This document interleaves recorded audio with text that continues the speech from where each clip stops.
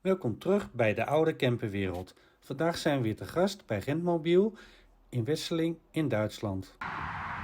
Vandaag gaan we een video maken over deze Touran Sensation 500 MQ. Deze kost, zoals die hier staat, €87.413. En zoals altijd gaan we natuurlijk eerst even de buitenkant bekijken voordat we naar binnen gaan. Deze campervan is 2,16 meter breed, 5,89 meter lang en 2,91 meter hoog. Instap is voldoende, de deur is mooi afgewerkt, maar er bevinden zich niet heel veel bijzondere dingen aan. En ook hier, voor beestjes buiten te houden, is er een hoordeur ingebouwd die in verschillende standen gezet kan worden. Iets naar achteren, daar bevindt zich een deurtje. En hierachter kan een gasfles geplaatst worden. En dat betreft hier wel een kleine gasfles. En dan nog iets verderop, daar vinden we een garagedeur. En ook aan de andere kant, daar bevindt zich een garagedeur. De garage is wel niet heel erg breed, maar best wel hoog. En hier zou denk ik ook nog wel misschien een scootertje in kunnen passen, maar een paar fietsen, dat zeer zeker. En dan vinden we hier nog de stang om de markies uit te draaien. En aan beide zijden bevindt zich een rail met verstelbare ogen waarover zaken vastgezet kunnen worden. En tevens bevinden zich aan beide zijden ledlampen. Deze campervan is uitgerust met lichtmetalen velgen van Volkswagen. Dan een beetje in het midden, dan vinden we hier achter dit deurtje een cassettetoilet. En dan nog een beetje meer naar links, daar bevindt zich een klepje. En daarachter, daar bevinden we alles. De hele elektrische huishouding en de verswatertank. En de 220 wordt hier aangesloten van buitenaf en de kabel gaat hier via de bodem door een gaatje. Het vers water wordt dan hier zo bijgevuld. Tevens is het mogelijk om het vers water volledig af te voeren. Dat doen we over deze knop. En daarnaast vinden we een knop voor het grijswater. En dan bij de bestuurdersdeur, daar vinden we dan een klepje waar de diesel en de AdBlue wordt bijgevuld. Er is een lekkere ruime instap hier. En de deuren zijn lekker groot. En in de deur zijn er voldoende opbergvakken te vinden. En bovenop vinden we twee knoppen om de ramen te bedienen. Een knop om beide spiegels af te stellen. En hier kunnen we de deuren afsluiten of openen. Om hier vandaan naar het woongedeelte te komen, zou je toch in en uit moeten stappen en door de zijdeur moeten gaan. Want hier is bar weinig plaats om door naar achteren te lopen. Het kan wel, maar het is erg laag allemaal. En dat komt omdat hierboven ook nog een slaapplek is gecreëerd. En een klein detail is natuurlijk dit opstapje om naar binnen te kunnen gaan. En bovenaan bevindt zich nog een flinke Thule Omnistar markies. 3,5 meter bij 2,50 meter. In deze Volkswagen daar ligt een T6.1 Euro 6D Final in met 150 pk. De hele motor is zeer makkelijk te bereiken.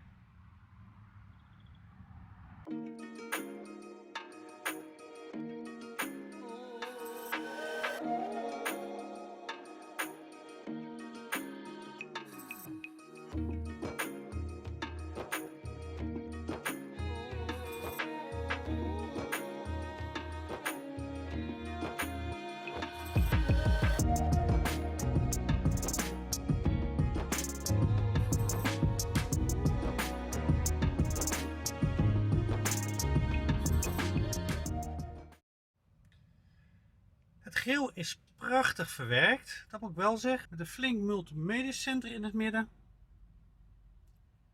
Het stuur is multifunctioneel. Links op het stuur vinden we de cruise control en de volumeknoppen. En rechts op het stuur, daar vinden we de knoppen voor het menu. Dus hier op OK drukken en hier hebben we de pijlen om te switchen. Links achter het stuur de knop van de verlichting en rechts achter het stuur de knop van de ruitenwissers. En dan hebben we links op het dashboard, onderaan bij het stuur, de knoppen om de verlichting in te stellen of de mistverlichting aan en uit te zetten. En via deze knop kunnen we de dagteller resetten. Zoals gezegd, in het midden vinden we een multimedia center en daar kunnen we heel veel dingen over bedienen. De radio, de telefoon, de navigatie, hulpsassistentie. We kunnen zaken over de auto, van de auto uitlezen. We kunnen verschillende apps aansluiten en media players. En alles laat zich makkelijk bedienen. En ook via dit scherm kunnen we als we achteruit rijden zien wat er achter ons bevindt. Iets daaronder, daar bevinden zich de knoppen van de verwarming en de airconditioning. En deze Volkswagen is uitgerust met een automaat. En iets rechts van de pook van de automaat, daar vinden we nog een opbergvakje, een 12 volt sigarettenaansteker en 2 USB aansluitingjes. En boven in het dak, daar bevinden zich nog andere knoppen, zoals leeslampjes en een SOS knop. De rest is er beenruimte hier genoeg.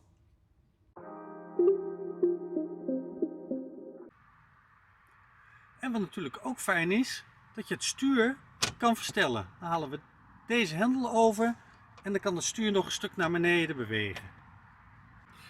Voor bij de bestuurder, daar bevindt zich ook nog een 12 volts aansluiting.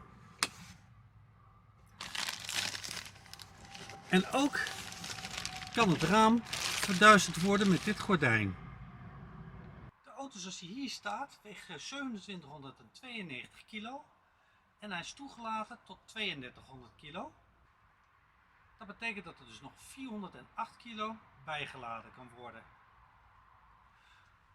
De stoelen zijn allemaal mooi afgewerkt met suède en gewoon normale stof. En is toegelaten voor 4 personen.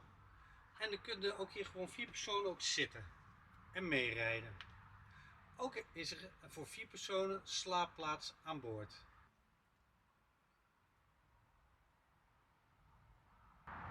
En om iedereen aan tafel te kunnen laten zitten, kunnen we deze tafel ook een beetje groter maken door het blad uit te schuiven. En zo zit iedereen prima aan tafel. De vloer is prachtig afgewerkt in plankenstructuur.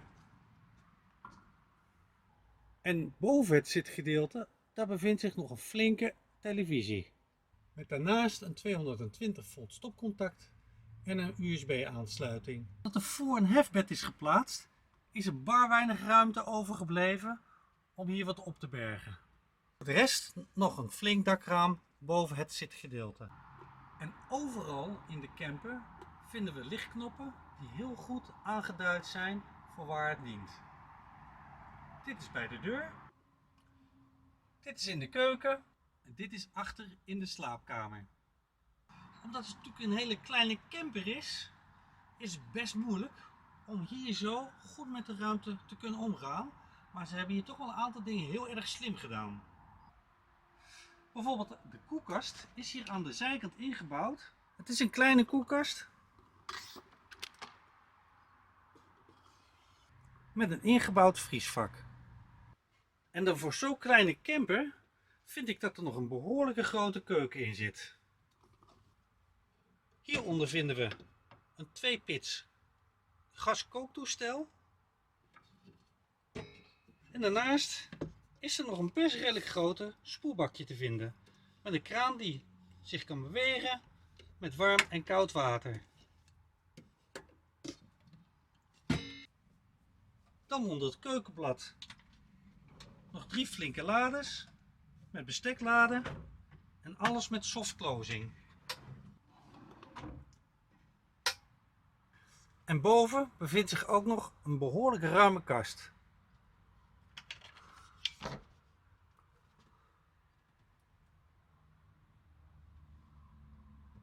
En net onder het achterbed, daar bevindt zich een deur. En daar is ook nog een mogelijkheid om veel spullen in op te bergen. En om makkelijk in het bed te kunnen stappen, is hier zo een hulpmiddeltje gemaakt. Een klein trappetje, zodat je makkelijk het bed kan instappen. En zoals u ziet, zou je denken, hoe moet je hier nou slapen? Met die rare L erin. Nou, daar hebben ze dus een heel iets anders op bedacht. En er bevindt zich een enorm slim trucje.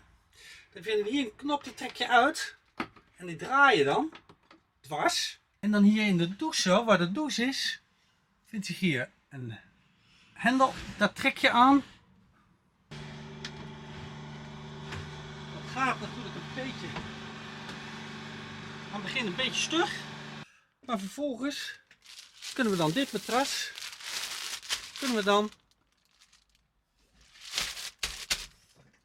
hierin plaatsen. En dan heb je toch maar weer een flink bed. Achter in de slaapkamer, daar bevindt zich gelukkig wel redelijk wat opbergruimtes.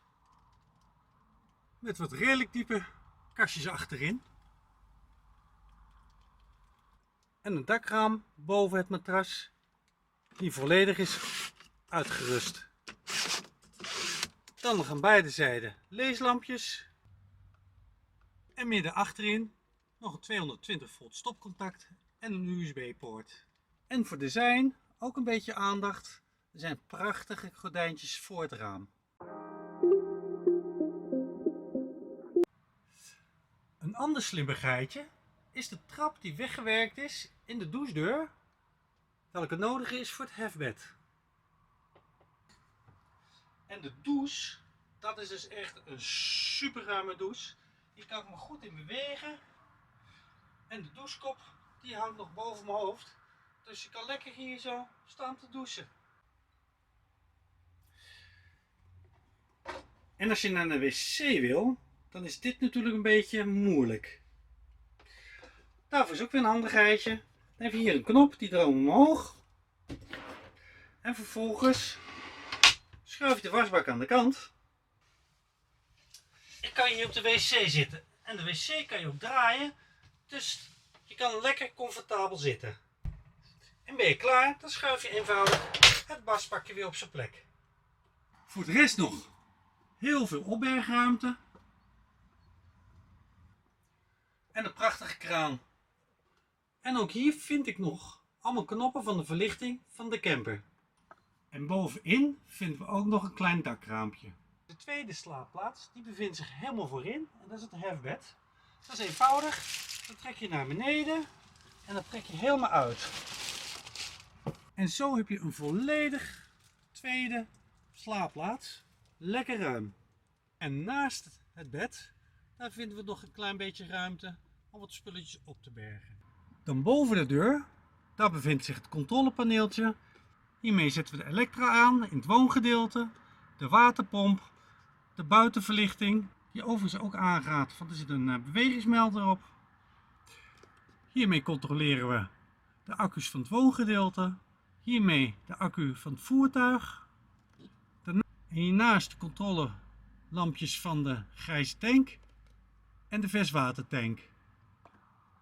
En dan linksboven bij de deur, daar vinden we het controlepaneel van de dieselverwarming van de Truma Combi 4D. Deze mini camper, die kost best wel redelijk wat geld. Uiteindelijk betalen we toch ruim 87.000 euro hiervoor.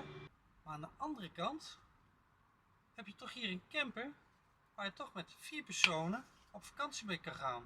En met 4 slaapplaatsen. En een redelijk ruime douchecel, flinke douche. En het zitgedeelte hier, dat is op zich ook best ruim. De koelkast is natuurlijk een beetje aan de kleine kant, kan niet heel veel meenemen. Maar daarentegen is de keuken zelf best ook wel weer ruim. En met de 150 pk grote motor kan je eenvoudig even gas geven en je kan zo iemand heel vlot inhalen. Vind je dit soort video's nu interessant? Vergeet dan niet te abonneren. En natuurlijk weer hartstikke bedankt voor het kijken naar deze video. En ik hoop u weer terug te zien bij de volgende video.